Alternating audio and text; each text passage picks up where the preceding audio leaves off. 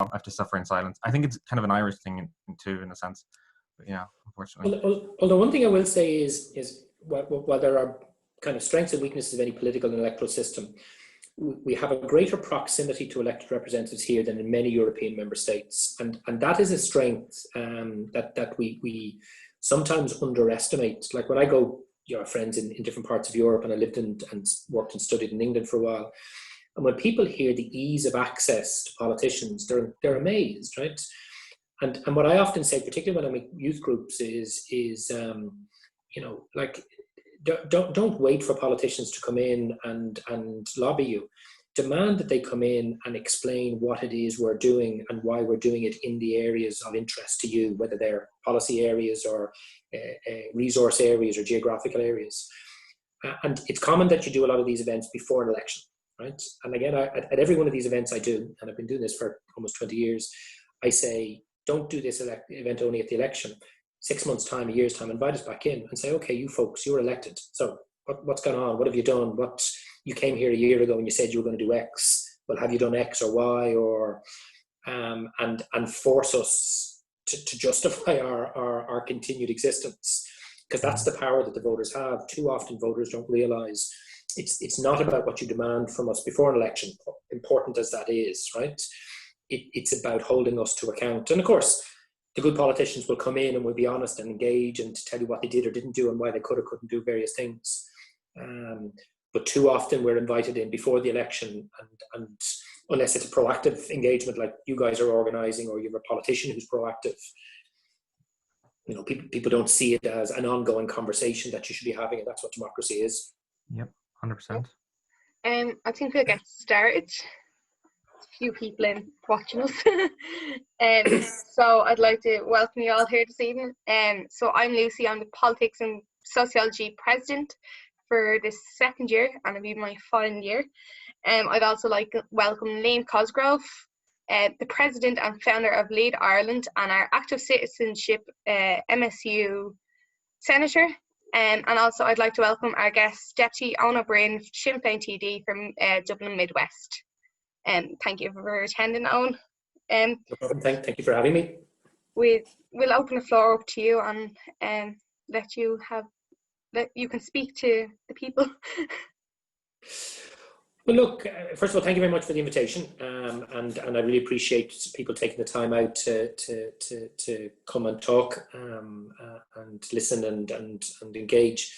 I'm not going to give a speech at the start. It's not my style. I'd much prefer to go, I suppose, directly into questions. And look, I'm happy to talk about my own political involvement, the party, but also people are more broadly interested in the political process. Obviously, I'm both a current TD, re-elected in the last stall. I've been a county and city councillor in 2 jurisdictions. So I was a county councillor in South Dublin County Council in the constituency I live in. But I was also formerly a Belfast city councillor. I lived and worked in Belfast for 11 years. I've also been a political and policy advisor here in the Oireachtas. So I was a policy advisor to Pierce Doherty for a number of years. And after that, shortly, for a while, I was an advisor for Catherine Riley, our senator, who was responsible for youth affairs. I've worked for Sinn Féin for over 23 years. I've had a whole variety of jobs in different ways. And as some of your group may know, I also write a lot. I'm the author of 3 books. The most recent one called Home, Why Public Housing is the Answer, around the housing crisis, which I'm sure is pretty high up on the agenda of many of you in this room. So I'm also happy to talk about those kinds of issues if people are interested. But really, I'm more interested to get questions, but also to maybe hear the views of some of the folks in the room as well. Thank you. So we'll get straight into it then with our questions. Oh, sorry. So our first question is, what type of education did you have, and did the education you had lead into why you got into politics?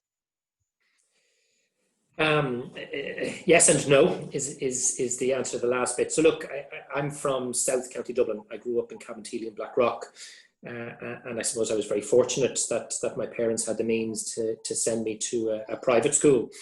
And it's not that private schools are in any way better than state schools, but they generally have more resources and they can often provide a wider range of opportunities, particularly for students like me who wasn't particularly academic minded. but I was a terribly lazy individual, and I didn't sit my leaving cert. I think I attended the first exam for half an hour and left, and the principal of the school called me into his office and was very upset and told me I was throwing my life away and I should really reconsider. So what happened then was I left Dublin at the age of 18, moved to London, got a job, decided to go back to school. I went to a comprehensive over in London, got some A-levels, and then decided to go to university. And up until that point, I wasn't involved in politics at all. I was interested in arts and culture and music, and I suppose I was political with a small p. There were social issues I was interested in, but not party politics. I couldn't have told you who was a Taoiseach or who were the leaders of parties or anything like that. But my experience as, I suppose, an Irish immigrant living in London and my experience as a student politicised me. And because of where I lived over in London, where I worked, the university I went to, I suppose that conditioned me in certain ways. So the advantages that I got, having access to greater resources in Dublin, clearly helped, right? So even though I didn't get an education there, there's more than just the formalities of the exam results that you get. But also the formal education I got in Cranwood's Comprehensive in the University of East London, and the opportunities that gave, as well as just being an Irish migrant and a young person living in a big city, certainly politicised me in many ways. And when I finished university in 1994, I had by that stage taken the decision to do two things. One was move home, and two was to join Sinn Féin. In part, I suppose it was February 95, I moved home. In part because in London, I had met a whole range of people from the north of a variety of different backgrounds, and became more aware of the conflict that was ongoing in the country at that point in time, the IRA ceasefires 94, the beginnings of the peace process. And I felt like I wanted to do something, play some role in that. And I suppose just by virtue of accident and serendipity, I was gravitating towards Sinn Féin, both because I felt that their analysis of how best to end that conflict was convincing. And I was broadly on the kind of political left, albeit I didn't necessarily fully understood what that meant at the time. And again, that combination of a kind of a broadly left Republican politics attracted me to the party. So I returned to Dublin in, I finished college in February 95, moved back home in March 95, joined Sinn Féin. And then in September 95, I moved to Belfast and started working full-time for Sinn Féin. And I've been doing this ever since. I suppose the one small thing I'll add is I also then went back some years later while I was on Belfast City Council and did a Master's in Irish Politics in Queen's University in a college that would have been broadly, in a department that would have been broadly liberal unionist in its composition. And I have to say I found that a really great experience, and the Master's, I think, has also stood to me. And I'm somebody who really believes in the importance of education. So one of the reasons I write so much, both for newspapers and the books I write, is it's a good way to learn. If you don't have the time to engage in formal education because you're busy in politics, sitting down and forcing yourself to think and research and write newspaper articles or books is a good way. So I'm an absolute advocate of lifelong learning and giving people opportunities in work and out of work to continue learning, because it certainly enhances my ability to do my job as a TD and a politician. And I think if all politicians read more and learned more, we would probably have a bit better political system.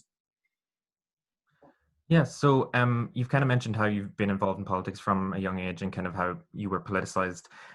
For other young people, and I think we're seeing, which is a great thing, we're seeing a lot more young people get involved in politics, understand political issues. But for people who not only just people kind of like myself who would like to get involved with politics, but people who are interested in politics but have never really thought about that route, but would be good at it, because I think, as you'd agree, democracy and electoral democracy is one of the kind of only ways you can really make great change, especially in countries. How would you kind of advise young people to get involved, and what would be the routes or something like that, kind of in your own kind of experience, or how would you encourage people really just to get involved in politics? The first thing is I do a lot of talks to students in school as well as in universities, and generally when somebody takes the time to listen to an old fellow like me blather on for an hour at 7 o'clock at night, they're probably already interested in politics. But in case there's anybody in the room who isn't, they just accidentally chanced upon the meeting, what I always say is politics affects everything around you. So even if you are bored senseless by it, even if every time you turn on the news or you see a newspaper you think it's not about you and for you, everything we do is affected by politics. The course that you're studying, the cost of that course, whether or not you have to go out and work in a job to supplement what limited income you may have from your parents or your SUSI grant, how many pupils or students are in the class, how many teachers are doing it, whether those teachers are motivated and well paid or overworked and underpaid and struggling, whether or not you can socialize, whether, every single bit of your life is affected by politics. So if you don't like what you see and hear when you see and hear politicians, all the more reason to get involved, because we're the ones who make the decisions that affect your lives. What I also say to people, however, is politics is not only about electoral politics. And in fact, for most of my political life, I wasn't an elected politician and had no ambition to be one. And therefore, you don't have to be connected to a political party or the electoral process to be involved. And therefore, there's politics with a small p. You're involved with your student union, you're involved with a trade union, you're involved with a community-based organization, you're involved with an advocacy organization. Even in the world of business, there is politics and political lobbyists and political engagement. And what I always say to people is, the first thing is realize what happens around you is affected by people in politics. And then if you want to be involved, either to support things that you see that you think are good, or to change things because the things that you see aren't good, find a place that's comfortable for you. I've lots and lots of engagement with people who think you would want to be mad to be in a political party, and even madder to stand for an election and to get elected. But they commit their entire lives to politics in other ways. I do a lot of work with the USI. I do a lot of work with individual student unions, with trade unions. I engage with NGOs all the time. I work on local-based community organizations. So all of that is politics, because politics is ultimately about the decisions that are made to raise and spend money on the infrastructure and resources that surround us and enable us to do things, or act as barriers to prevent us from doing things. So realize it's important, find what you think is important to you, and find the best avenue to pursue that. And, not everybody who gets involved in the political party system enjoys it. Some realize it's not for them, they want to go elsewhere. So, you don't have to like it in one area to consider doing it somewhere else. The one thing I would say is, who are the people least engaged by politics? They are the people worst served by politics. And they are people either who are young, they are people who are on lower incomes, they are people who are at the margins of our societies for other reasons. It could be race, ethnicity, gender, sexual orientation, although thankfully those issues are better than they were 30 or 40 years ago when I entered politics. And the political system and the status quo is quite happy that those people who are badly served by politics are turned off from politics. And therefore, I suppose for those of us who don't just think it's good that everybody should be involved in politics because that's good for democracy, but also who are committed to change, what I say to people is, if you don't like the system, then don't disengage because the system wins. Get engaged to change that system so it works better for you, your friends, your family, your community, etc. And I suppose just by way of one small anecdote, I'm often asked to talk to a group of young people in their late teens, early 20s in the core of my constituency, North Clondalkin, in an independent learning centre. And these would be young people who left school early. They would be from a variety of backgrounds where they have far more challenges than the average young person would do. They themselves might have some issues, or their families might have some issues, etc. And they're completely disengaged from education, from employment, from all sorts of things. And I'm asked to come in and talk to them, and I always thought this is a real challenge. Like, why would any of these people want to hear anything I have to say? So I would do this exercise, and I would go in and I would explain to them the differences in mortality rates between people who grew up where they grew up and people who grew up in Castleknock, which is in the neighbouring constituency, but it's quite an affluent area. I would explain to them the differences in employment rates, wage rates, likelihood to have an addiction, likelihood to be in prison, the mortality rates of their children, right? Very simple things, basically to say, if you were born here, you are more likely to die younger, be less well employed, have a lower income, etc., etc., etc., than if you're born over there. And they're just averages. Obviously, there are people who break those averages. And I always remember this one young woman who really was glazed over for most of what I was saying, had no interest, right? Really didn't want to be there. But something struck her with one of the comments I made, and she said, put up her hand and said, hang on a second, she said, she was a young 18-year-old mother. She said, "Are you saying my daughter won't live as long as a similar age child in Castleknock because she's born here in Clondalkin?" I said, "Well, that's what the statistics tell us." And she was like, at that moment, she understood the importance of politics and the importance of being connected. Whatever she did after that is up to her. And while that's a very extreme example, that for me is the reason why, you know, a healthy democracy is one in which everybody's engaged. Mad people like me are engaged 24 hours a day, 7 days a week. Okay, we're a particular strange species of individual. And most people have lives and work and family and the crack and everything else. But to be at least loosely engaged, to know what's going on, and when something important to you is happening, to be engaged with that, I just think the more of that we have, the better for all of us.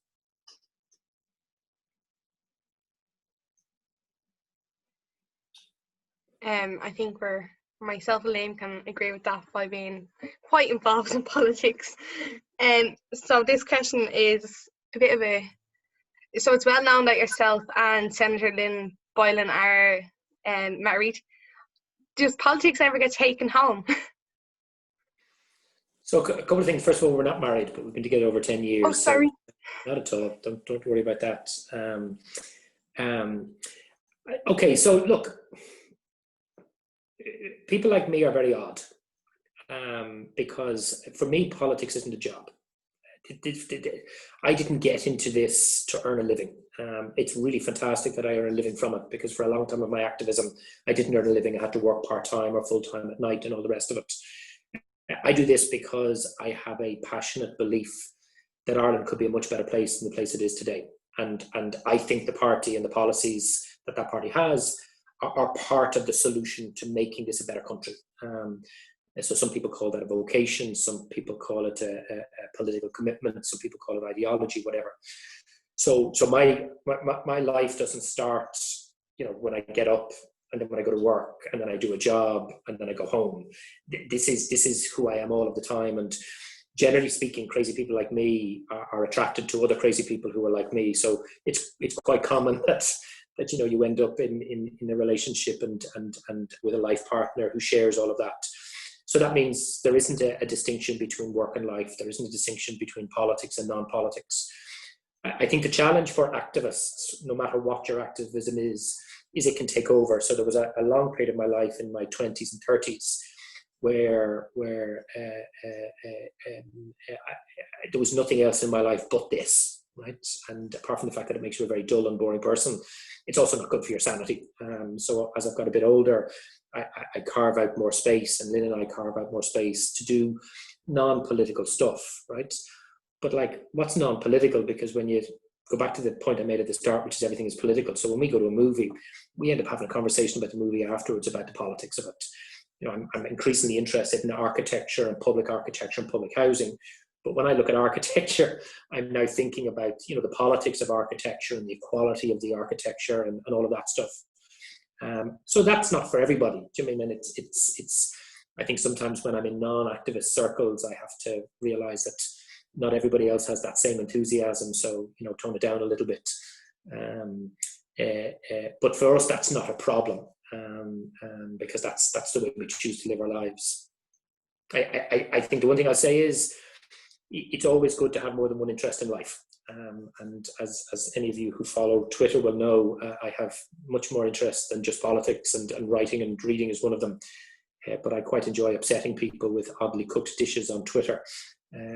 But also that's one of the things I do that's non-political, to kind of relax and chill out. So, you know, always have a pastime, always have a fallback. And in a world where there could be an election tomorrow and I could be out of a job, I wouldn't be out at work because I'd have plenty of Sinn Féin activism to keep me busy. It's always good to have something else than this, because you never know how life will turn out. Absolutely.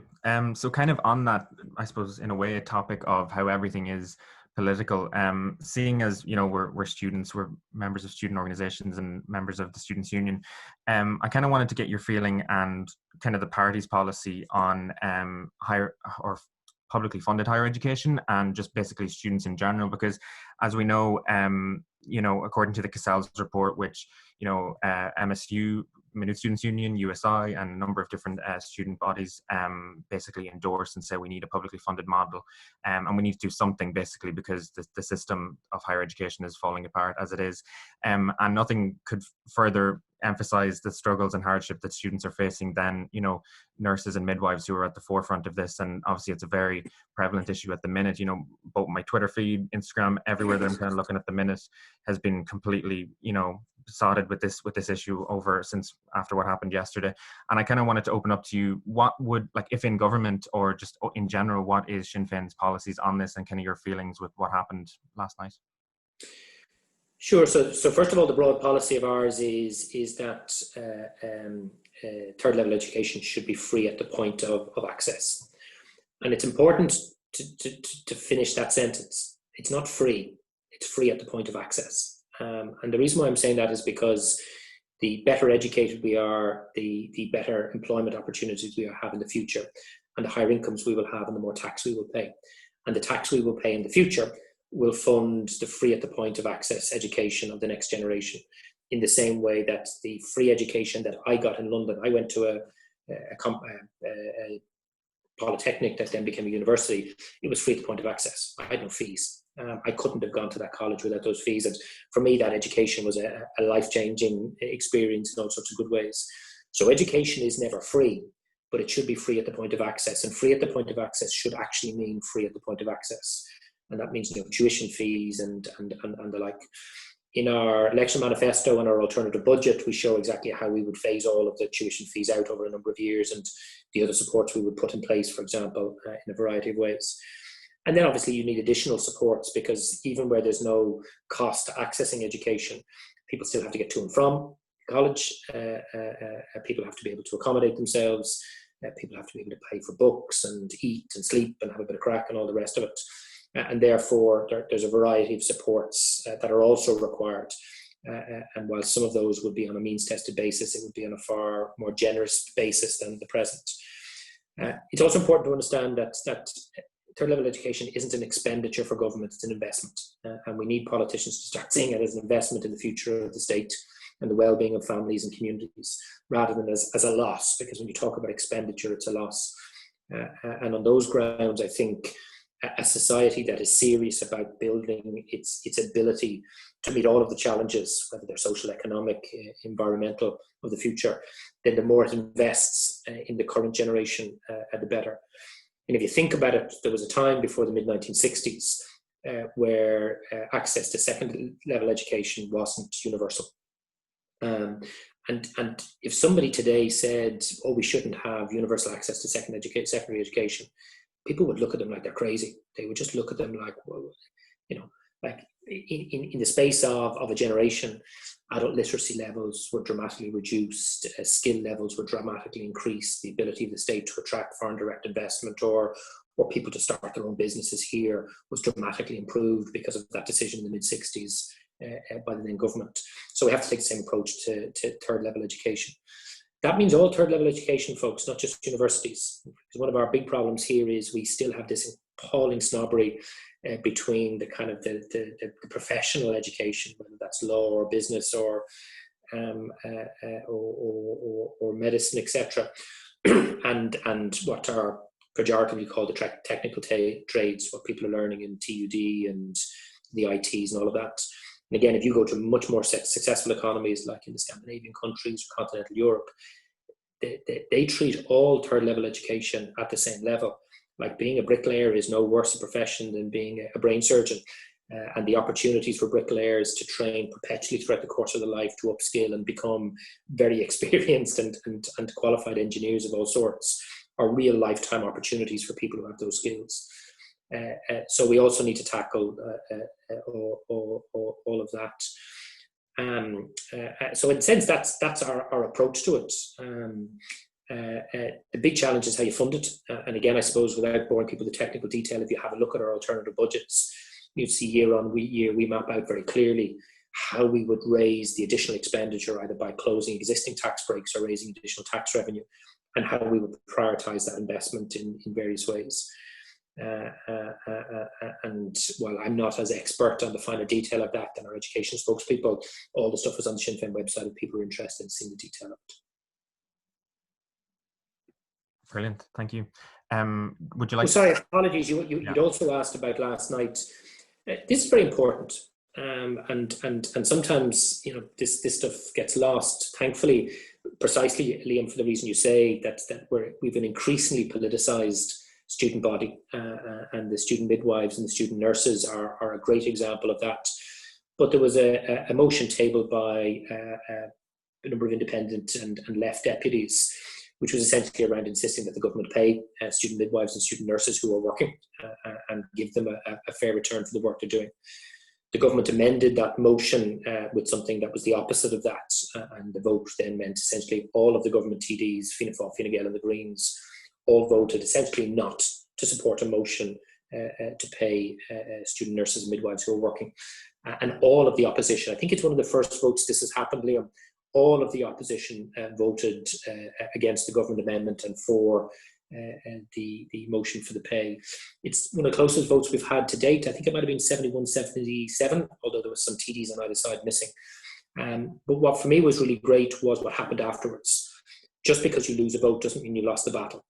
You've just lost that bit of it. And huge pressure has now been exerted on politicians. Only a matter of months ago, Simon Harris, when he was the minister, said it was the position of government that they would pay student nurses and midwives. Well, if you're going to say that, you need to do it. And I would just encourage people, whenever you're involved in a campaign and you lose a vote, that should never discourage you. That should only make you more determined to get back up the next day and get back out on the campaign trail. Because at some point, student nurses and midwives are going to get paid. And that point will come when there's 77 TDs in the Dáil who are willing to vote for such a thing rather than 71. That's not a big margin for us to win on this and other issues. And therefore, while I think some, and look, I have student nurses, midwives who are working at the moment in the system in my own constituency who I've been talking to regularly. And some of them are a bit disheartened today. But what we're saying is absolutely not, get back up, get back out and keep campaigning for that change, because that's the way you make it happen. Definitely agree with you there.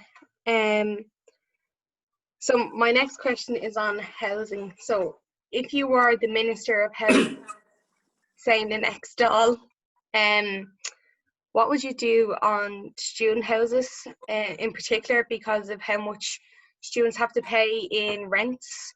They're extremely high. And what is Sinn Féin's policy on it? And this is an area I share responsibility with my colleague Rose Conway-Walsh, who's a TD from Mayo, who's our higher education spokesperson, and therefore it kind of overlaps on that. One of the good things I think in the last couple of years is both the students themselves in a number of student campuses and DCU and Galway have to be singled out for special accommodation in this, but also USI have been really active around the issue. So when we had the Shannon shakedown and the Caraba shakedown a couple of years ago, where rent increases in those two purpose-built student accommodations were increasing by almost 20%, they got active. They occupied the buildings, they protested outside the Dáil, they demanded to see the housing spokespeople of the party, and I met them along with others, and they said, okay, well, you guys are in charge to go and fix this problem. We got some wins in those early campaigns in the sense that we managed to force the government to change the legislation so that the 4% rent pressure zone caps would apply to purpose-built student accommodation. Now, that's only a partial win, because 4% is still a rent increase, and if you do that over 3 or 4 years of college, that's 12 to 17 or 18%. So that's not a great win, but it's certainly better than the 20%. But what struck me or what all that provoked me to do was to do a round of meetings earlier this year with the heads of all the universities. So again, some of you that might follow the Twitter discussions both before and after the elections, I was doing a round with the provosts and the heads of the universities in Dublin, DCU, TUD and DCU. I was in Limerick, I was in Cork, and I spoke to folks in Galway and Maynooth on the phone. And I suppose there's a couple of practical answers to the question, right? So the first is, the government has a student accommodation strategy. It was published a couple of years back, and it identified that there was a shortfall of 20,000 student accommodation beds when the strategy was published. And it outlined the plan for increased public and private provision of student accommodation purpose-built up until I think it was 2021. And while there was going to be a dramatic increase in the number of student beds provided, there was also going to be a dramatic increase in the number of students. So the shortfall in student beds in the student accommodation system at the end of the government strategy was still 20,000. So despite the fact that they were promising significant public investment and facilitating private sector investment, we were still going to have the same shortfall at the end. And of course, that's one of the reasons why the prices are so high. So what we would do differently is a couple of things. The first thing is we would shift the balance back in favour of public provision and have far greater reliance on on-campus or near-campus public sector provision. That could involve some private sector elements, but it would be driven by the universities themselves. And in doing so, you would be doing it on a cost recovery rather than for profit basis. One of the misconceptions that some students have is that the on-campus stuff is for profit, that the universities charge high rates of rent because they want to cross-subsidise other areas of education, etc. In fact, my understanding is in almost all cases that's not the case. The student accommodation is full cost recovery. So if the college has to raise X amount of million to build a block on UCD's campus or on or near Maynooth, they have to pay down those loans. They have to service the accommodation. They have to ensure there's a sinking fund. So if the roof gets hit by lightning, there's enough money in the sinking fund to do it. And some of the really good colleges like DCU, they actually use the commercial activities over the summer where they charge a higher fee to cross-subsidise and lower the cost of their student accommodation. Well, unfortunately, the head out in UCD doesn't take such a benign approach, and he's a little bit more cutthroat in my view about how he runs his stuff, but that's a separate issue. So the key thing government could do in the first instance is assist universities get access to long-term low-interest credit so that they could build more and therefore the mortgage repayments would be lower and the rents would be lower. That would be a real big game changer. And a lot of the discussions I had with the universities was about if government provided a package of long-term low-interest finance, which would have to be paid back, but instead of over 25 years, over 60 years, would you be up for that? And they all said, bar UCD, they all said yes. Interesting, UCD were saying, well, we have very affluent students, so why should they get lower rents? We can get them to pay higher rents, but that's another day's crack. The second thing is the institutes aren't allowed to borrow. So the institutes of technology, because any of their borrowings would be on the government's balance sheet, aren't allowed, and that's absolutely crazy.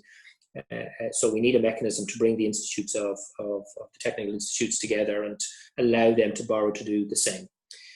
The third then is there needs to be, in exchange for the government providing access to that long-term low-interest borrowing, there needs to be a payoff for students, and that means obviously lower rents. It means no rent increases or rent increases that are so infrequent and so minimal they don't impact on students over the lifetime of, say, an undergraduate course. And it also means that there are greater opportunities for student accommodation on and near campus beyond your first year. Like, I understand why the universities prioritise the first year students in many instances because they're new and they're trying to find their feet. And then I suppose beyond that, then you have the digs accommodation, which has no regulations whatsoever. And we've been talking to USI recently about how we fix that. I think we all know what the solutions are on the purpose-built side. It's just about making that happen. But on the dig side, it's a trickier one. And what we want to make sure is anything we propose in partnership with the students' unions and USI. So watch that space, because there may be more about that into the future.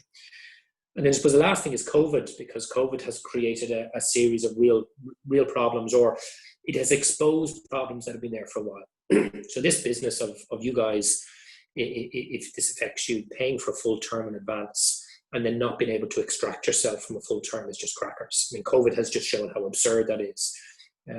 But we're working on a piece of legislation at the moment in conjunction with USI that would prohibit that you would pay a month's rent in advance and a month's deposit like anybody else.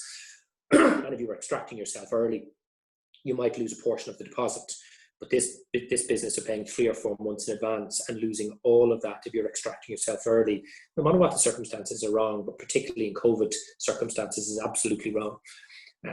And therefore greater protections for student accommodation, but that don't have the tenancy rights that we secured in the legislation recently. You're still tied into licenses. And therefore you have a more precarious position in terms of refunds, etc. That's stuff that needs to happen urgently. We're working on a bill which we're hoping to introduce in January that would tackle the issues of refunds, that would tackle the issue of full term time payments in advance, and that would provide a little bit more certainty for students who book the accommodation, but then because of COVID can't use the accommodation, but they're being basically blackmailed into paying for the accommodation or losing the option to have that accommodation when the restrictions are lifted at a further stage in time, whether that be statewide or in county lockdowns if they happen in the future. So there's a big piece of work in terms of increasing the students, the purpose-built stuff. There's a bit around the digs, which we have more work to do. And there's the COVID-19 stuff, which you should see more about early in the new year. Brilliant. Yeah, so back on kind of a wider political sense is just at the weekend, the Red C poll had its highest prediction for Sinn Féin in history of their polls. I was wondering just kind of your overall feelings for that, and maybe the parties as well. Does it show that Sinn Féin is on the rise, that you're keeping kind of your control, and that the last election wasn't, just a fluke or, kind of going with the tide? Are you feeling confident, and what's kind of your opinions on that poll? Okay, so the first thing is 9 times out of 10 when you ask a politician about a poll, the first thing they'll say is, I don't pay any attention to polls. And what I'm telling you all now is, anytime any politician from any party tells you that, they're lying to you. Okay, it's one of those things that politicians say, and it's stupid and they shouldn't say it. We all pay attention to polls, and polls are really important. The crucial thing about polls, I suppose, is that, like any data, and if any of you guys as students are doing data analytics or data or statistics, it's a skill to know how to read and interpret. And therefore, what matters with opinion polls is not the number. It doesn't matter if Sinn Féin's on 30 or 28 or whatever. What matters is the trend over a period of time.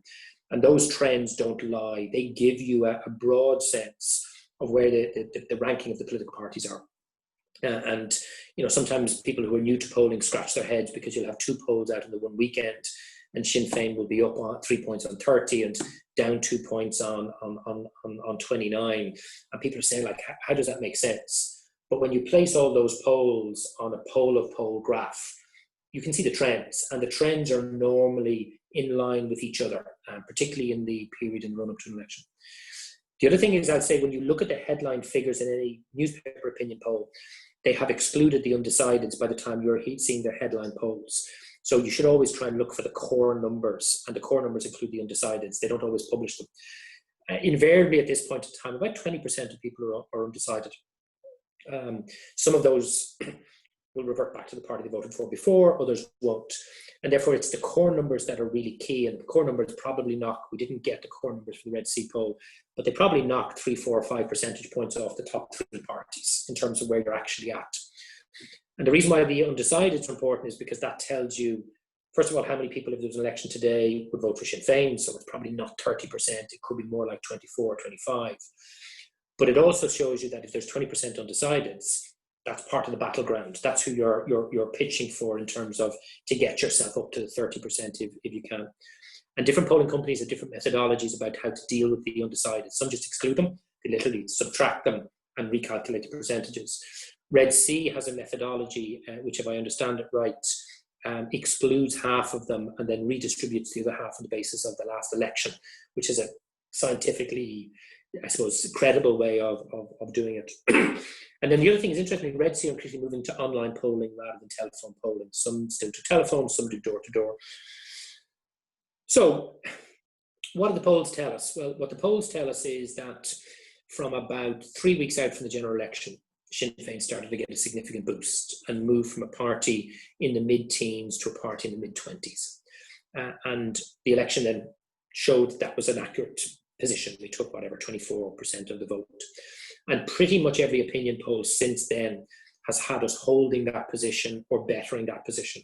So I suppose how I interpret that is I think because of what Sinn Féin has done since the election, we've consolidated the gains that we made in that election. That doesn't mean that you can bank them forever, and a gain can become a loss as quickly as you can imagine. But we have, I suppose, convinced those people who have come over to us since the last election that they did the right thing and it's worth their while sticking with us. That's the first thing I'd say. The second thing is I do think we've made some gains, and that's reflective of the fact that the independents and Fianna Fáil are struggling, and Fine Gael aren't getting all of that. The last poll had Fine Gael, both the Red C one at the weekend and the Ireland Thinks poll in the Mail on Sunday had Fine Gael, I think, either static or losing. So I think there is some gains being made there. And while an opinion poll is statewide and it can't give you a constituency read, it still gives you a sense of it. So politically, I think what that means is we're doing well, but you can always do better. We're not the biggest party in the state yet, and that's where we want to be. So, sure, it's better to be on 30% in the poll than 25%, but I'd much prefer to be on 35%, and therefore you can't be complacent. But what's also the case is we have an electorate, particularly the demographics that were really decisive in the last election, and younger people were a really decisive demographic in the last, who aren't voting for parties. Right? They're voting on issues. Marriage equality and repeal and the huge mobilizations of young people, in particular in those two campaigns, show that what matters to a growing number of young people who are connecting to politics is not a party brand, is not a party loyalty, is not a family loyalty. These are issues that are important to me, my friends, my community, my family, my country. And I want to know what you're going to do about these things, what you say about these things, where you would take us if you were in charge of the economy and society and the government. And I think that's a really healthy thing, because for me, issues are far more important than brands and party loyalty and family loyalty. So I do think we have consolidated a lot of that. But I also think it's like anything, you have to keep consolidating it, to convince people, and that means putting your money where your mouth is, doing what you promised you would do, convincing people that we're not, for example, like other parties, that if we get into government next year, the year after, we won't just flip-flop and break all those promises. Because I'm very clear, if we do that, if there was an election in 6 months, and if I'm the Minister for Housing, and all of those things that I've argued for passionately over the last 5 years, I don't do, and I become another Darragh O'Brien, another Owen Murphy, or another whoever, I'm out of a job, because the next election after that, the huge number of people in housing need, many of them young, although not all of them young, will go, this guy's a phony. This guy said he was going to do one thing before, done something else. Sorry, folks, I'm going to move on to another option. So are we doing well? Yes. Are we confident? You should never be too confident. Are we complacent? Absolutely not. And could we do much better? Absolutely. And watch this space. I'm hoping you will see us do much better in the months ahead.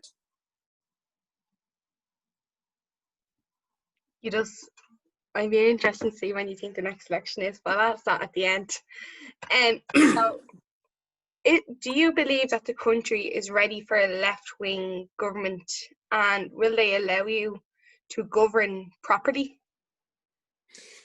So there's been some really interesting work being done by a political economist in UCD called Aidan Regan, and you can see his stuff on the Sunday Business Post for any of you have a subscription, or if the college has a subscription in the college library, you can get online.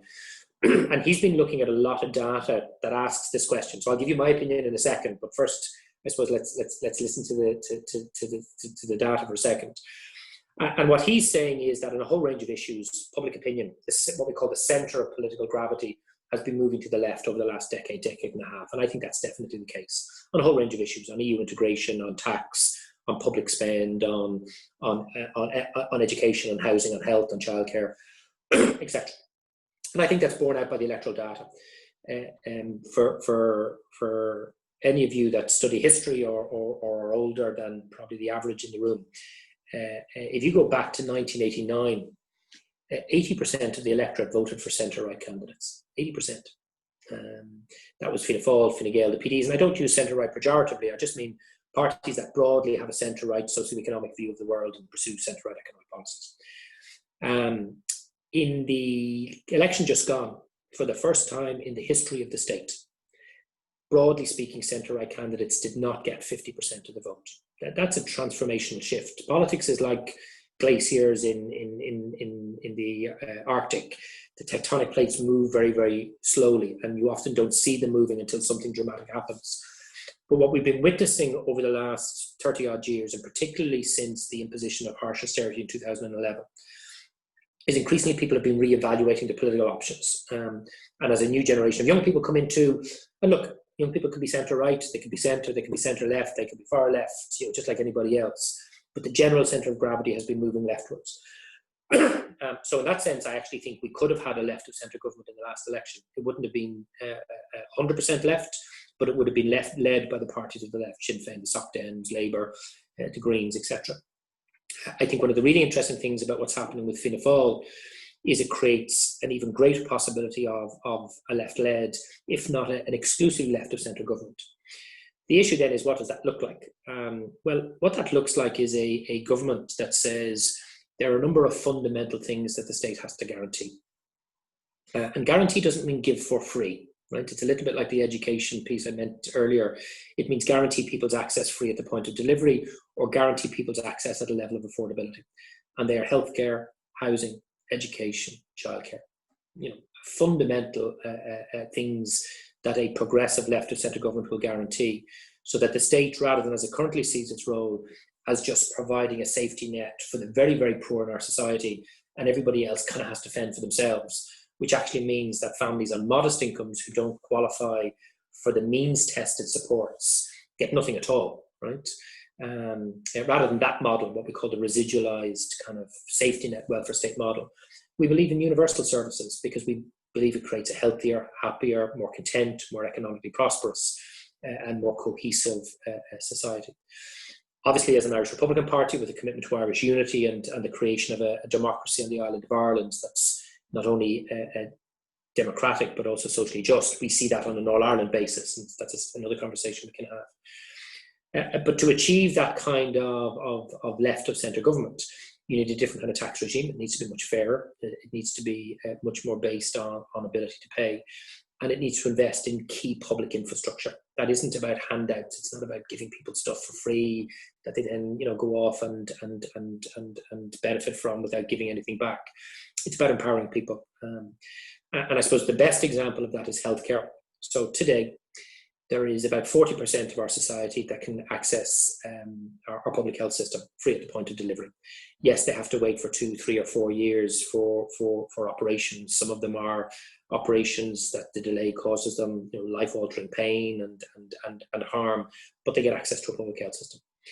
There's another 40% who, because they have good incomes, pay for private health insurance. It's very expensive in many cases. It doesn't always do what it says in the tin, but they get that and they get access to private hospitals, etc. But there's 20% of people in the middle. These are working families. In fact, I hazard a guess that they're your parents in many cases. And they work damn hard, right? Often it's 2 parents working. They've put their kids through school. They've got them into good universities. They're paying mortgages.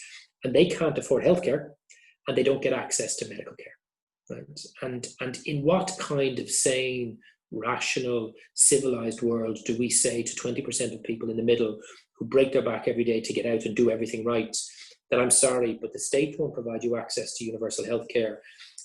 And even though we know the private sector can't provide it for you affordably, we're not going to do anything about that. So if you want me to kind of, in a really simple way, you know, we can have lots of debates about ideology and historical figures. What does a left-wing government do? A left-wing government guarantees everybody access to those things that should be universal. And in particular, those people who work hard, those people who contribute to our society, they get to benefit from that by access to those universal services. One of my political heroes is a British politician, Nye Bevan, Nyron Bevan, the Welsh democratic socialist. And he was famous in the period after the Second World War because he drove the creation of the National Health Service in Britain.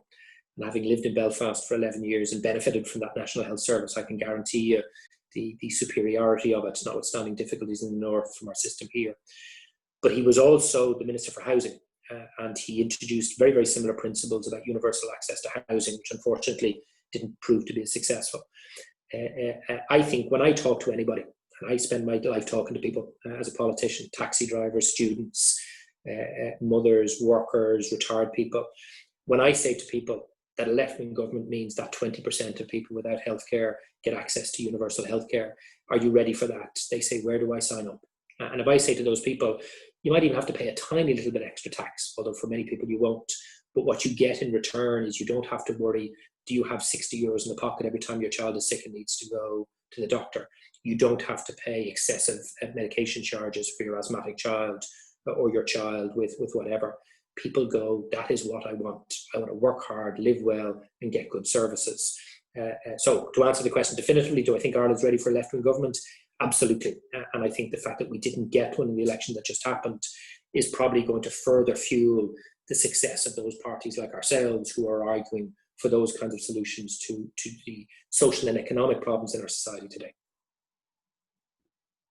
Yeah. The next one is kind of a bit heavy, and it kind of expands on that a little bit, which is, you mentioned how in, the Dáil vote last night, all, opposition parties, but mainly, the left came together and united against the government in that sense. So that kind of opens up the first part of this question, which is, can the left, while it is quite varied, especially in Ireland, and this has been an issue for a while, can it be united under one government? And then on top of that is another thing that I've thought kind of a lot about, which is, while you've kind of brought out some fantastic kind of ideas and policies, and kind of obviously Sinn Féin has thought through them and knows how they want to implement them, the question that I find, and as a politics student, I've studied this in various different countries where left-wing governments come into power, but the levers of state and the actual structures that are there, because, like, especially in Ireland, since the foundation of the state, they've never had not only a left-wing government, they've never had a party that wasn't, Fianna Fáil or Fine Gael or one of the centre-right parties. So will, whether it's, the civil service or the structures that are there, I know, like, particularly when you mentioned, kind of economic policies,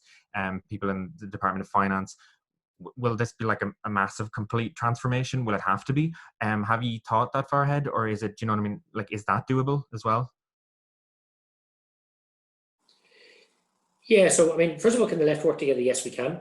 And it's also important to say that we shouldn't just be working with the left. I mean, if other people want to work with us, the door should be open. We should work with as broad a range of people as possible.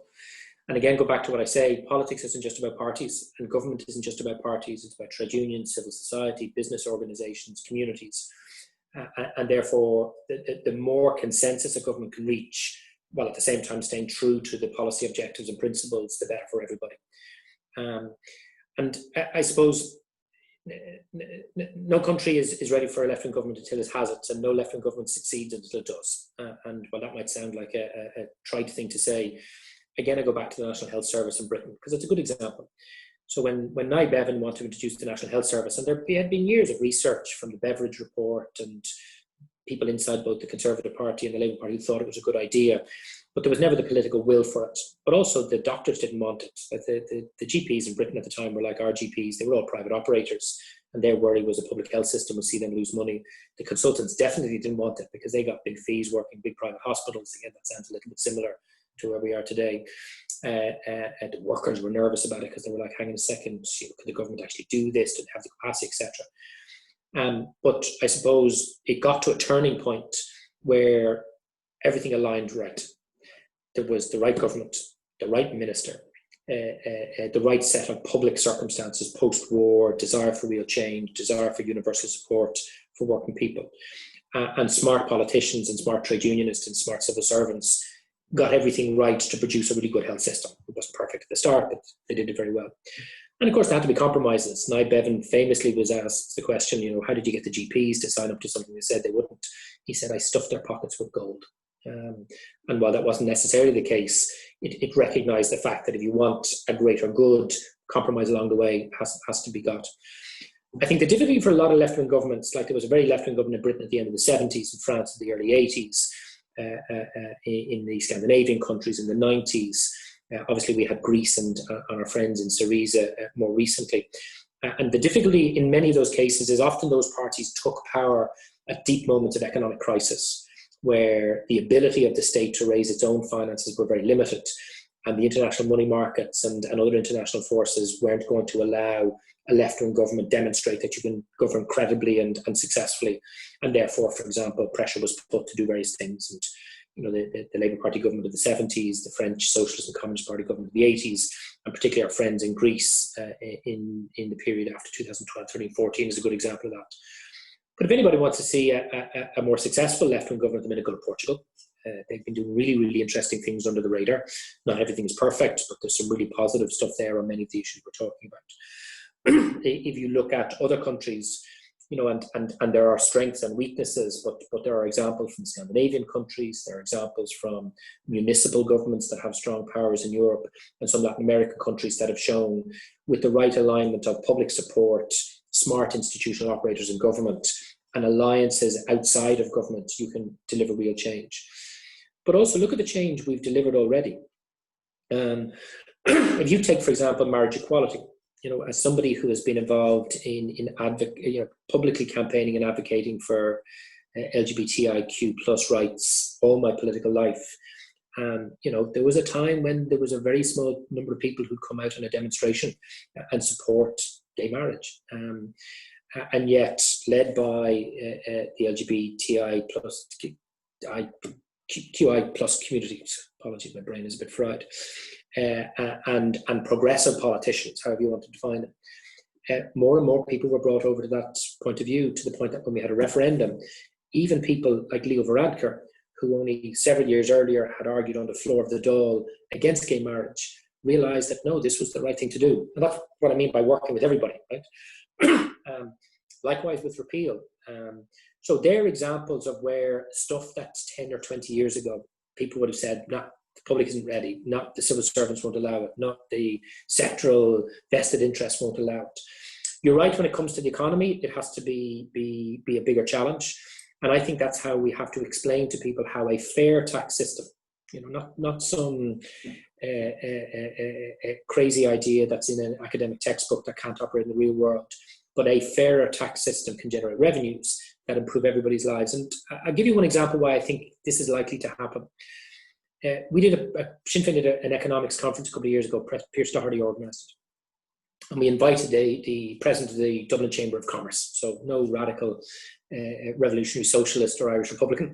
She represents primarily the traders in Dublin city centre and the retail and service sector. And one of the things she said is that, because we were asking her what were the big challenges for those businesses at this point in time, and she said the single biggest challenge for her members was rising wage claims by employees, driven by rising cost of accommodation in Dublin, right? And we said, okay, we have some ideas about how to fix that problem, but what do you think needs to fix the problem? She said, and I almost fell off my chair, the private sector cannot fix this problem. The workers that we have need really good quality, affordable accommodation. And whether it's local authorities, approved housing bodies, community housing trusts, or other vehicles, the state has to step in and provide large volumes of really good quality, affordable accommodation for working people, particularly working people in their 20s and 30s, either who can't or too early a stage in their career to purchase.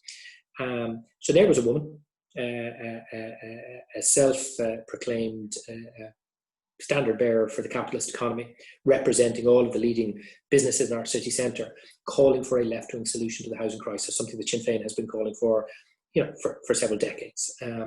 So I actually think, and this goes back to what Aidan Regan said at the start, if I ask somebody, do you want a left-wing government? They say no. If I say, do you want a government that provides large volumes of really good quality, affordable accommodation so that working people can manage on the wages that are currently in the economy, have a good standard of living, and the businesses aren't under huge pressure for dramatically increased wage claims to pay off real estate investment trusts, they go, yes. Okay, so I've stopped asking people if they want a left-wing government. And I keep asking people, do you want a government that provides universal healthcare, that provides good quality, affordable accommodation, that makes sure that people have access to education to improve their opportunities into the future? Because when you talk that language, people just think that's common sense. And that's because common sense changes and it's now moving more to the left. And I think that's a good thing. And that's reflected in some of the election manifesto promises of some of the centre-right parties. Because, of course, what happens is when public opinion moves to the left, the centre-right moves to the left. And that's not necessarily a bad thing either. So my next question is, when do you predict the next election is? I'm going to give you my opinion and Liam's going to give you his. So I'm saying September next year, hopefully, because I'd like a warm election. Am I predicting as well? Yeah. Oh God. I think they'll stick it out for as long as they can. But I give it another, I say 2 years at least. I could be very wrong. So first of all, none of us know. And this is one of these sports, particularly in the bubble of Leinster House, that politicians and the political correspondents love to talk about when the real world is getting on with the real world's real issues. The first thing I'll say is when the last government was formed, almost everybody said it wasn't going to last. And I had a strong view, and I said it privately and publicly, that I thought that government was going to last almost a full term. And the reason why is because once parties do a deal, it's very hard to undo a deal, right? Because then somebody gets blamed and the electorate punishes them and all the rest of it. I'm less conservative in my predictions this time round, and there's a number of reasons why.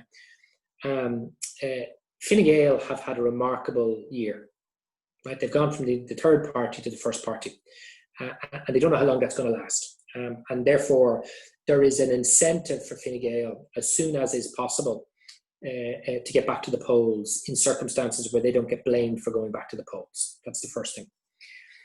The second thing is Fianna Fáil are in turmoil, and we're likely to see a leadership contest in Fianna Fáil before we see a general election, but that leadership contest could precipitate a general election, and therefore the pull factors that were pulling Fianna Fáil and Fine Gael to stay together under confidence of supply are no longer there.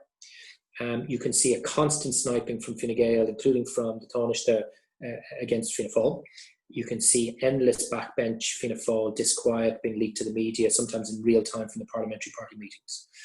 And Micheál Martin is doing something that I think the history books will absolutely condemn him for, which is he is jeopardising the future of his own political party as a result of a desire to be Taoiseach. And I think that's not just my own view, that's a widely held view when you talk to people privately and here, including Fianna Fáil people, that so desperate was he to be Taoiseach that he would do it at any price, even if that price was the fundamental transformation of Fianna Fáil as a party in our party political system as well before. And then once things start getting tough for the Greens, they're going to start peeling off left, right and centre, particularly those that weren't in favour of the deal, and it hasn't got to that stage yet. The only caveat to all of that is COVID-19. And no political party wants to force an election in the middle of a pandemic and then be accused of being reckless and putting public health at risk. It is genuinely very, very difficult to organise an election in the middle of a pandemic. It's not impossible, as we've seen in other jurisdictions, but it's genuinely very difficult. That then might mean that the tensions that are visible every single day the Dáil meets between Fianna Fáil, Fine Gael, and to a lesser extent, but increasing among the Greens, are going to become more and more apparent once we get the vaccine and the vaccine starts to stabilise the pandemic and open up our economy and society. The other problem is this: if there was ever to be an economic stimulus, if there was ever to be a budget where government borrowed heavily to invest in critical infrastructure, it was the one we just had. And the government blew it. The budget looks big, okay, when they announced the headline number. But the actual amount of extra spending, extra investment above, when I say investment, I mean capital investment, above what was going to happen anyway, what had been pre-committed by the outgoing Fine Gael government. The total amount of extra capital investment, which is key to tackling all the problems that we said, is only 600 million. In housing, the total amount of extra capital spent to address the housing crisis is less than 100 million, right? It is frighteningly low levels of increase, despite the fact that the EU's fiscal rules have been waived. It's cheaper, it's almost free to borrow at the minute because of negative interest rates. And any smart economy is borrowing, not to waste money, not to throw money away, not to spend it on wages, to invest in the critical infrastructure to tackle the housing and health crises and the climate emergency, particularly in terms of renewable energies and tackling the biodiversity crisis. That then means that was their one big play. Fiscal consolidation, so that nice word that economists use for austerity, is then going to have to return, maybe in mild form, or maybe not necessarily in the same extent in next year's budget, the budget the year after. So while the government may straggle on through the summer, and COVID might string them on a bit better, I think once we hit September, subject to COVID, no longer being the limitation, then we're on a countdown to an election. And at that point, it's the law of the banana skin. It's, nobody's going to call the election, nobody's going to force it, but everybody will want it, bar Fianna Fáil and the Greens. And therefore, whenever something happens, and look, what forced the last general election? No confidence motion in Simon Harris. Right? People forget now because, of course, he got such good press for his media handling of COVID, if not his actual handling of COVID. So what will precipitate the election, we don't know. But if we are here by the autumn of next year with a vaccine, with an open economy and society, and with this government continuing to do things in the very chaotic way it's been doing to date, I think September is a more likely scenario, but with the caveats that it depends on the banana skin arriving at the right time to allow it to happen. For what it's worth, I think there should be an election tomorrow.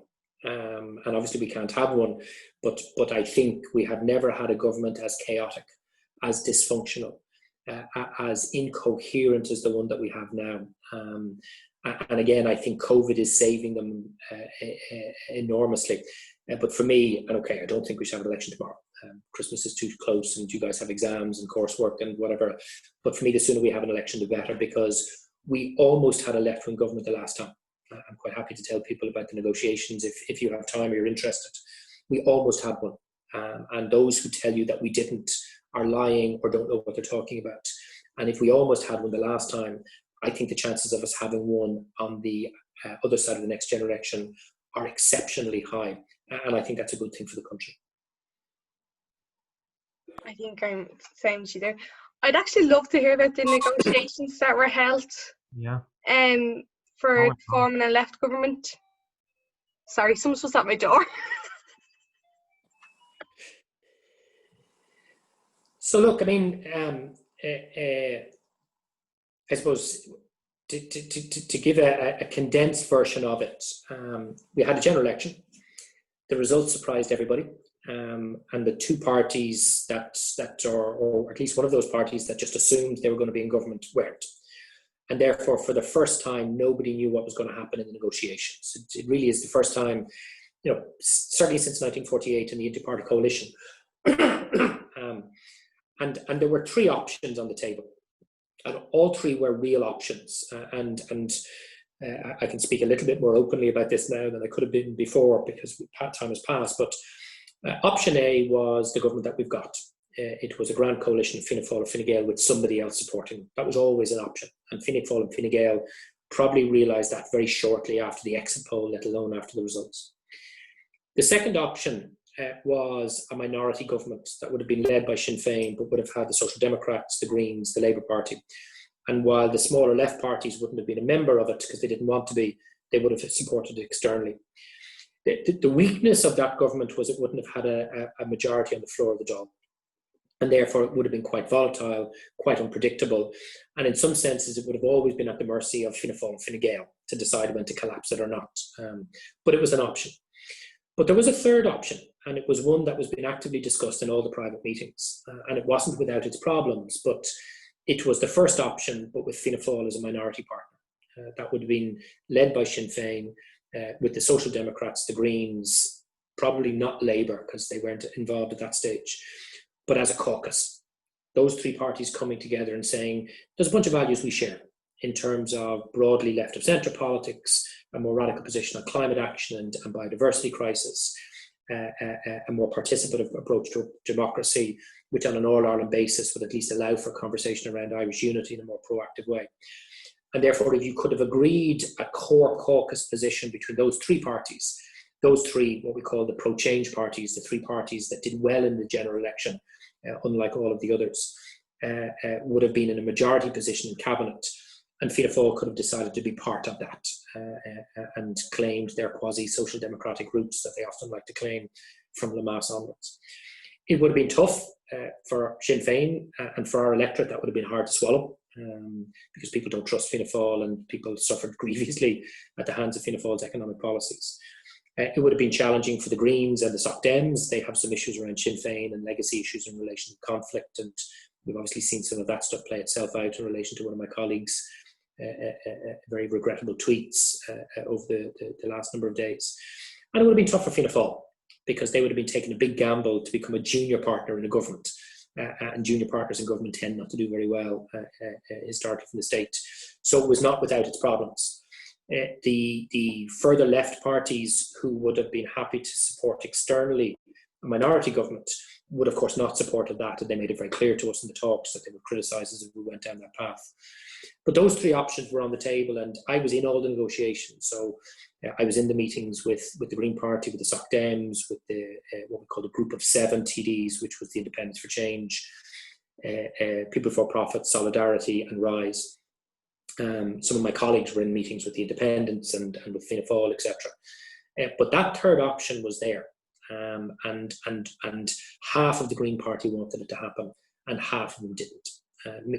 Eamon Ryan had clearly made his mind up very early in the process that for him the only credible option was for the Green Party to be the third wheel of the Fianna Fáil Fine Gael tricycle, with all of the dangers inherent in that.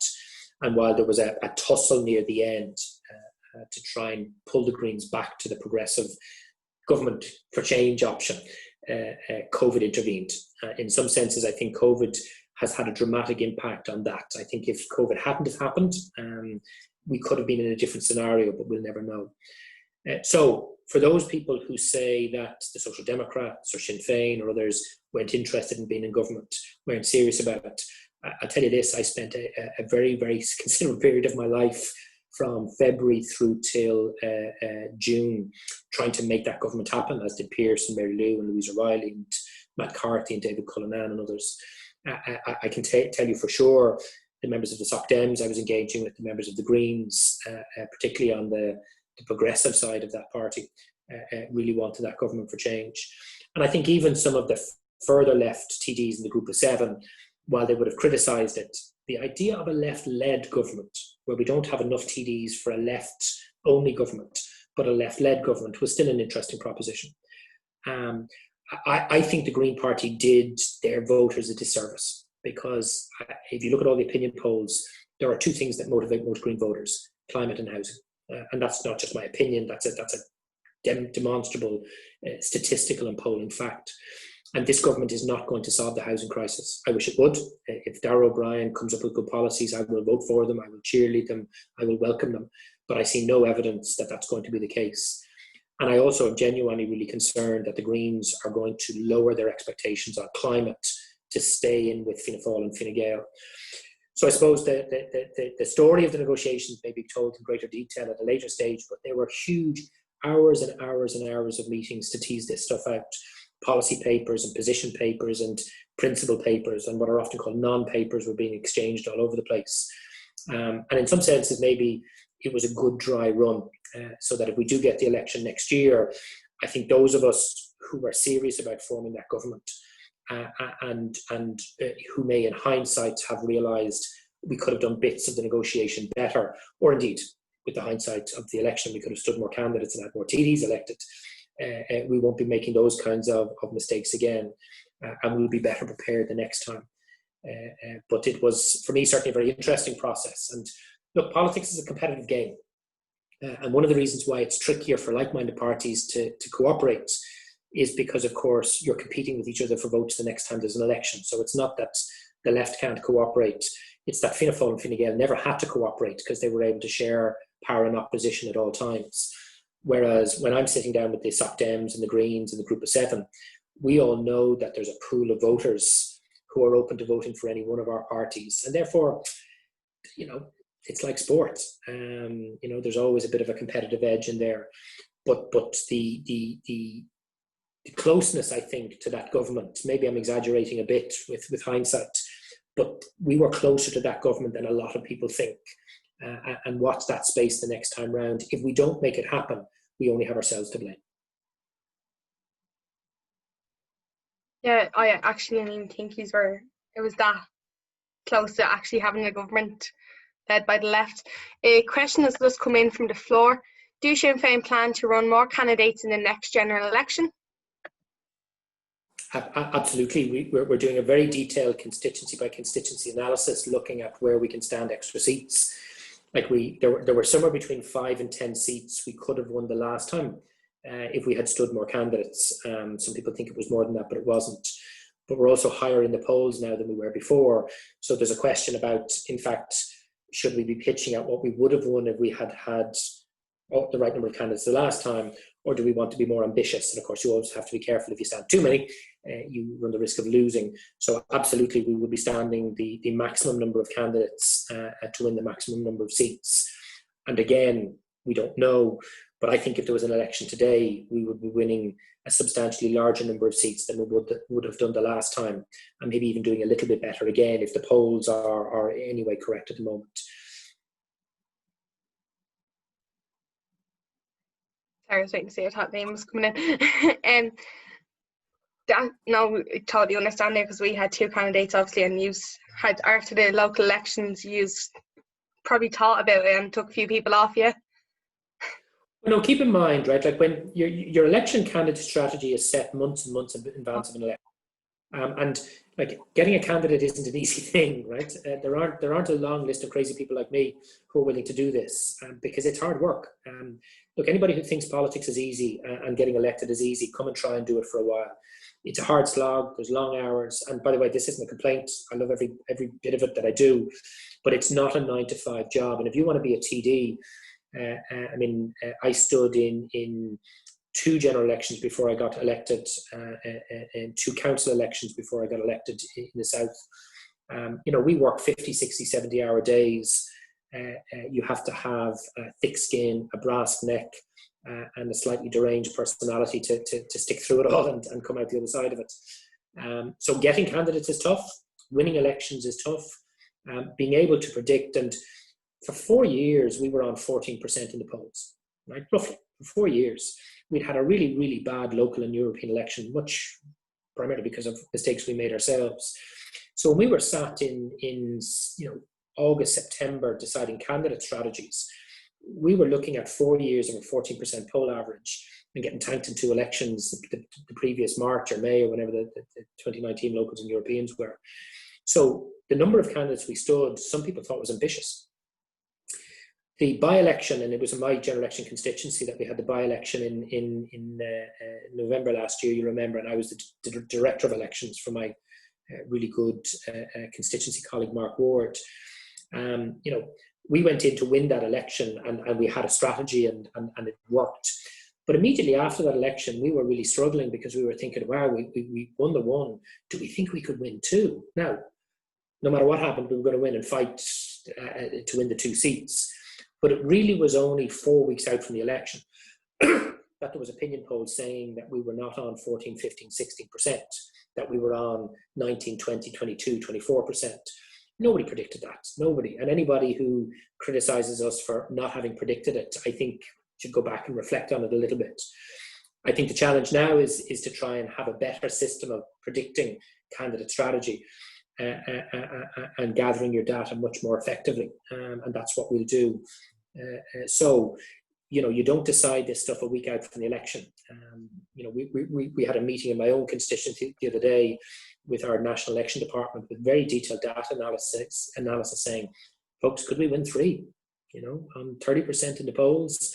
We took 40% of the vote in Dublin Midwest in the general election. It was a remarkable result with an incredible team of activists. A really, really good candidate in Mark as well. So we're now saying, look, let's explore it. Let's see if there was a 5 percentage point increase in the party's ratings, and if we went up to 45%, would 3 be a live prospect? And we're doing all of that, but that's stuff you have to settle on pretty early in the plan, and that's what we have to do early next year. Yeah, no, understandable. There's another question here. Lovely to hear Alan speak. Just wondering, does Alan believe that he can achieve the majority of the party's goals under consensus of non-liberal model installed by the EU? So there's a whole lot of stuff we could do tomorrow if we were in government, and it wouldn't matter a damn what's happening at the European Union level. So if you take housing, for example, we could double capital investment in public housing overnight. We could just do it in a budget, right? The funds are there, the mechanism is there, and we could start to roll out over the 5 years of a government a massive public house building program, not just of social housing, but of affordable rental housing, affordable purchase housing, student accommodation, and the EU wouldn't bat an eyelid. The issue around the EU is it's not so much that they don't want left-wing governments, but they're saying that if a left-wing government wants to be expansionist in its public investment plans, it has to raise the money. So what the EU is against is governments that borrow heavily to spend recklessly. And therefore it tries to say, if you want to have higher spending, you have to have much higher taxes. And of course, politicians are adverse to raising taxes because, of course, they think people aren't willing to pay a little bit more tax depending on their income in exchange for better public services. There are fundamental parts of the EU institutions, architecture and policies that have to change. So not all of the things we want to do could be achieved just domestically. And there's a big job of work to be done at an EU level. In some senses, the lessons of Syriza in Greece was not that their program was too radical. In fact, the Greece program was pretty moderate, but that they were solely reliant on the EU institutions, and particularly the Council, the Commission, and the Central Bank, to implement modest reforms. And there was a political view at the time at the centre of the EU power structures that wasn't possible. We couldn't have an anti-austerity left-wing government showing that actually you could do this stuff very sensibly and it would work. And they took a political decision, and I've no doubt about this, a political decision at the centre, first of the European Council, but then at the European Commission, to crush that democratically elected government. And that's what essentially they did.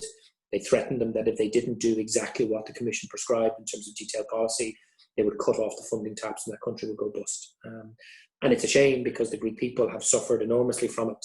And the programme that Syriza outlined actually was a very credible, very sensible, and in many respects quite a modest programme of reorientating their economy out of austerity. But do I think we could do a lot of the things in our manifesto? Absolutely. In fact, one of the criticisms from some of our far left colleagues in the Parliament is sometimes we're a bit too cautious. So, for example, some people say we want to have free childcare tomorrow. Well, you can't do that. But what you could do is over 5 years, you could reduce the cost of childcare by 60%. You could increase the capital investment to ensure better childcare facilities. And you could also increase the wages of childcare workers and increase their opportunities of better education. All of that could be done without a single change at an EU level. And I think, most working people heard, and most childcare workers heard, you could do that. That would be enough for the first 5 years. On the other side of that, we'd have to get to that at that point. But there are clearly things we could do much more progressive than has been done for the last 30 years, even within the constraints of a neoliberal European model, particularly at a European Commission level.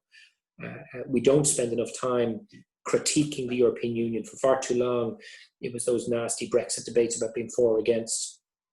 I'm neither for or against the EU, because the EU is a piece of architecture. It's a piece of furniture. It's about what you do with that furniture and architecture that matters. And too much of what's been done with the EU architecture and furniture over the last 30 years hasn't been good for people. That's actually why in many European countries, people have turned away from mainstream politics or are embracing the xenophobic right in the Netherlands, in France, and in Germany.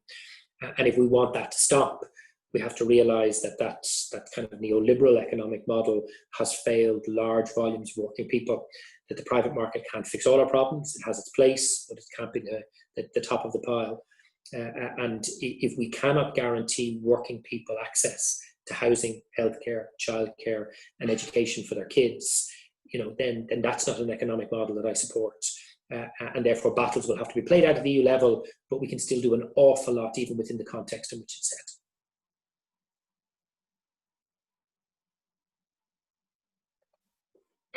So we're going to wrap it up now, because we're gone an hour and a half this point. I have to say it was quite interesting. I'd like to thank you all for attending. Is there anything else you'd like to add? No, the only thing I will say is every single one of you in the room, and I think we've kept almost all of the audience, which is quite remarkable. Fair play to the 10 of you for sticking with it. All of you live in a constituency. That constituency has politicians. Email them. Ask them what are they doing for their 92 grand a year, right? Plus travel expenses, plus whatever else they're claiming. Ask them what they're doing for students. Ask them what they're doing for, and when you email them, tell them you are a voter, right? I get thousands of emails every week. The ones that have the most impact are the ones that say, Owen, my name's Mary. I live in your constituency. What are you doing for your 92 grand a year, right? Oh, and by the way, why aren't you doing this, or are you doing that? A small, I suppose, story to finish on. Budget day, back in October, biggest day of the Dáil year. It's all about the budget.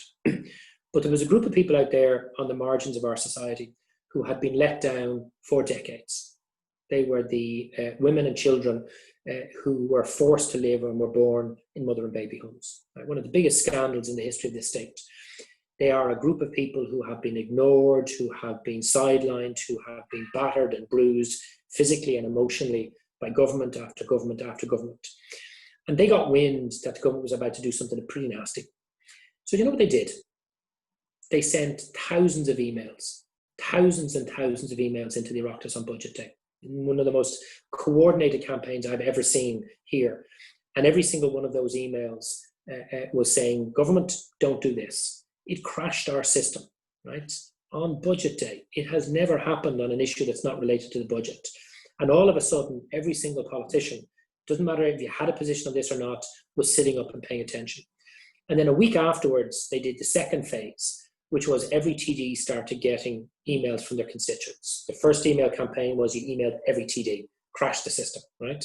The second one was, Eoin O Broin, I'm a mother and baby home survivor. I'm a sister or a brother or a mother or an aunt or a neighbour. I'm a voter. This is wrong. Do something about this. And what happened was the minister was put under enormous pressure. It was a huge public debate. I think enormous credit to the Justice for the Magdalens, the Adoption Rights Alliance and their political and legal advisors, and to the women and men involved in themselves. And while the legislation that the government was proposing got through, so much pressure was put on that I would be surprised if that issue doesn't get resolved in the next year or two. And if it doesn't, those 3, 4, 5,000 people and all of their families will remember that. And come the next election, the people who are on the wrong side of that issue will get published. And the only reason I'm telling you this is because that's what the students in Shannon and Bruna Shunna in North Dublin and Galway did when they occupied their buildings and demanded to meet the Dáil TDs and housing spokespeople. That is what delivers change. So don't just sit back and complain about how what you see on the TV is terrible and what's in the newspapers is terrible. You have a power, and the more collective and organised you are in wielding that power, the more force you have.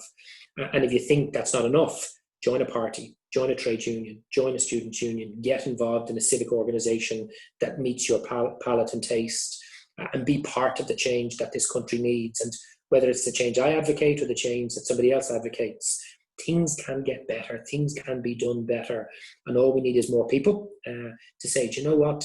I'd like to contribute. I'd like to have my say. I'd like the Ireland of 20 years to be a better, more prosperous, more equal, more fair place than the Ireland of 20 years ago. And working together, we can do it. So if you take anything away from this, it's the Justice for the Magdalens approach works. So it's not anything that I've invented, but just on the inside, I can tell you what succeeds. And if you want to be part of that, the door is wide open. That is great advice, because I heard about the system going down on Budget Day. We'd like to thank you so very much, Eoin, for attending our event. Hopefully we'd be able to invite you out to Maynooth sometime soon, show you around the campus. But I'd sincerely like to thank you, and thanks Liam for helping me to run the event. And I'd like to thank our attendees for staying with us. It was great to see the numbers going up and down. And look, just to say, when we're out of COVID and you can come into the Dáil, your group is invited to come in. We'll organise a tour for you, and we'll organise for you to meet a cross-party section of TDs to do a Q&A in one of the meeting rooms here, if you're interested in that. It's a standard thing we do all the time. Yeah, definitely something, because we were actually supposed to go into the Dáil last year and COVID hit. So something definitely we're interested in. I'll keep in contact with you over that. Great stuff. And look, good luck with your studies, and everybody stay safe, and most importantly, stay sane in this very difficult time. Thank you very much. No problem. Take it easy. Good night. Good night.